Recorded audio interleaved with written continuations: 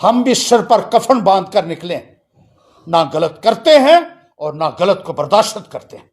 जिन लोगों ने गलत किया है उनको जवाब देना होगा, कैंडिडेट को जवाब देना होगा और इन मुलाजमीन को जवाब देना होगा, इन अफसरों को जवाब देना होगा।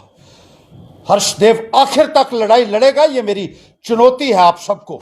देखिए, चिनैनी असेंबली कॉन्स्टिट्यूंसी में बहुत बड़े पैमाने के ऊपर धांधलियां हुई है, बार बार कहते रहे, और लगातार इन धांधलियों की फरिश्त जो हमें मिल रही है उससे ये लग रहा है कि इतनी धांधलियां हिंदुस्तान में शायद किसी भी इलेक्शन में नहीं हुई होंगी जितनी चिनैनी में हुई है। एक बहुत लंबी फरिश्त हमारे पास आ चुकी है। जो धांधलियां हुई है, जो अनियमितताएं हुई है, जो इरेगुलरिटीज हुई है, जो फ्रॉड्स हुए, उनके चलते हुए ये इलेक्शन किसी भी सूरत में टिक नहीं सकती है। और जिन ऑफिसर हजरात ने, जिन अधिकारियों ने इन इलेक्शंस में धांधल करवाई है, उनके खिलाफ भी हमारे पास पुख्ता सबूत आ चुके हैं। मैं जो कैंडिडेट है जिसको जिताया गया है उससे कहूंगा कि बेहतर यह होगा कि इस कुर्सी से रिजाइन कर दो, एमएलए-शिप से रिजाइन कर दो, वरना अगर हम ने ये सारे के सारे धांधलियां जो हैं वो कोर्ट के समक्ष रखे और इनके ऊपर हमने खुलासा किया तो बहुत सारे अधिकारी जो हैं उनकी नौकरियां चली जाएंगी, याद रखना। बहुत सारे अधिकारी जेल में चले जाएंगे तुम्हारे साथ साथ ही। जितने पैमाने के ऊपर फ्रॉड हुआ है, जितने पैमाने के ऊपर धांधलियां हुई हैं, वो आज तक इतिहास में किसी इलेक्शन में नहीं हुई होंगी। ये मैं यकीन के साथ कह रहा हूं और सबूतों के साथ कह रहा हूं।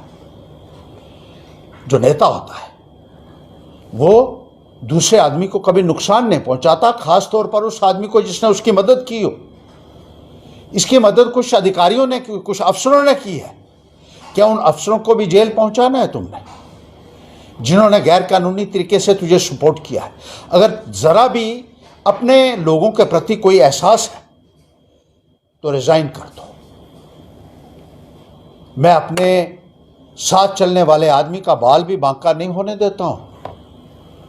नेता वो होता है जो पहली प्रायोरिटी उनको दे जो उसके साथ चलते हैं, कि उनको नुकसान नहीं होना चाहिए। लेकिन यहां जिस तरीके से ये धांधलियां हुई हैं और धांधलियां पकड़ी गई हैं, सबसे बड़ी बात ये है, अब ये लोग जो इस फ्रॉड में शामिल थे उनके बचने का कोई भी स्कोप नहीं है। और साथ ही साथ मैं ये कहना चाहता हूं कि बीजेपी के कुछ लोग जो ऑफिसर हजरात जुड़े हुए थे, उन्होंने पैंथर्स इंडिया के साथ चलने वाले कुछ लोगों के खिलाफ, कुछ मुलाजमों के खिलाफ कार्रवाई की है। एक आशा वर्कर है सिरा की, लायावंती नाम है उसका, वो आशा वर्कर है, उसको सरकार से तनख्वाह भी नहीं मिलती। वो सिर्फ जो जरूरतमंद महिलाएं हैं उनको लेके हॉस्पिटल तक जाती है और उसकी फीस जो है उनको मिलती है। उसको भी डिसएंगेज कर दिया। कितने बहादुर अफसर हैं जो बीजेपी की जो झोली उठा के चलने वाले हैं, कि एक आशा वर्कर को निकाल दिया आपने। बड़ी हैरानगी की बात है। और जो लोग बीजेपी का काम कर रहे थे, खुलेआम मुलाजिम, उनके खिलाफ अभी तक कार्रवाई नहीं हुई है। जो नारा लगा रहे थे कैंडिडेट का, जो उसका झंडा उठा के चल रहे थे मुलाजिम, जो खुलेआम प्रचार कर रहे थे, उनके खिलाफ कोई कार्रवाई नहीं हुई है। इन अफसरों को जवाब देना होगा कानून के मुताबिक। कानून के पाबंद हैं ये ऑफिसर। ये मत समझिए कि आपको पूछने वाला कोई नहीं है। कोई पूछे ना पूछे, हर्षदेव पूछेगा और जवाबदेह बनाएगा आपको। और आपको जवाब देना होगा इन धांधलियों के लिए, इन अनियमितताओं के लिए।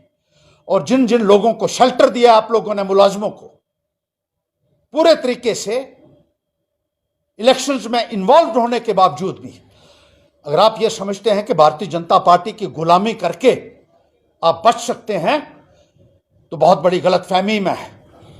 हर्षदेव आखिर तक लड़ाई लड़ेगा। हम भी सिर पर कफन बांध कर निकले, ना गलत करते हैं और ना गलत को बर्दाश्त करते हैं। जिन लोगों ने गलत किया है उनको जवाब देना होगा, कैंडिडेट को जवाब देना होगा और इन मुलाजमीन को जवाब देना होगा, इन अफसरों को जवाब देना होगा। हर्षदेव आखिर तक लड़ाई लड़ेगा, ये मेरी चुनौती है आप सबको, और इनके खिलाफ सख्त से सख्त कार्रवाई होनी चाहिए जिन लोगों ने इलेक्शन में इतने बड़े पैमाने के ऊपर फ्रॉड किया है। तो मैं यही कहूंगा, इस कैंडिडेट से मैं ये कहूंगा कि इन अफसरों को मरवाने की बजाय कानूनी तौर पर मारे जाएंगे ये, क्योंकि आपने कल्यूजन में इनके साथ मिलकर फ्रॉड किया हुआ है और पुख्ता सबूत हमारे पास हैं। अगर जरा से भी गैरत है तुम में तो ये इस इलेक्शन से, इस चुनाव में चिनैनी गोडी से इस्तीफा दे दो। फ्रॉड करने वाले बच जाएंगे। और अफसरों से भी मैं कहूंगा कि वो भी इस संदर्भ में आगे आ जाएं। अगर अब भी आपका ज़मीर जाग जाता है तो हम सोच सकते हैं आपके बारे में, वरना जो धांधलियां आप लोगों ने की हैं उसके लिए कोई आपको कानून के डंडे से बचा नहीं पाएगा, याद रखना। और आपका हश्र जो है, जो होने वाला है, उसका शायद आप अंदाजा भी नहीं लगा सकते।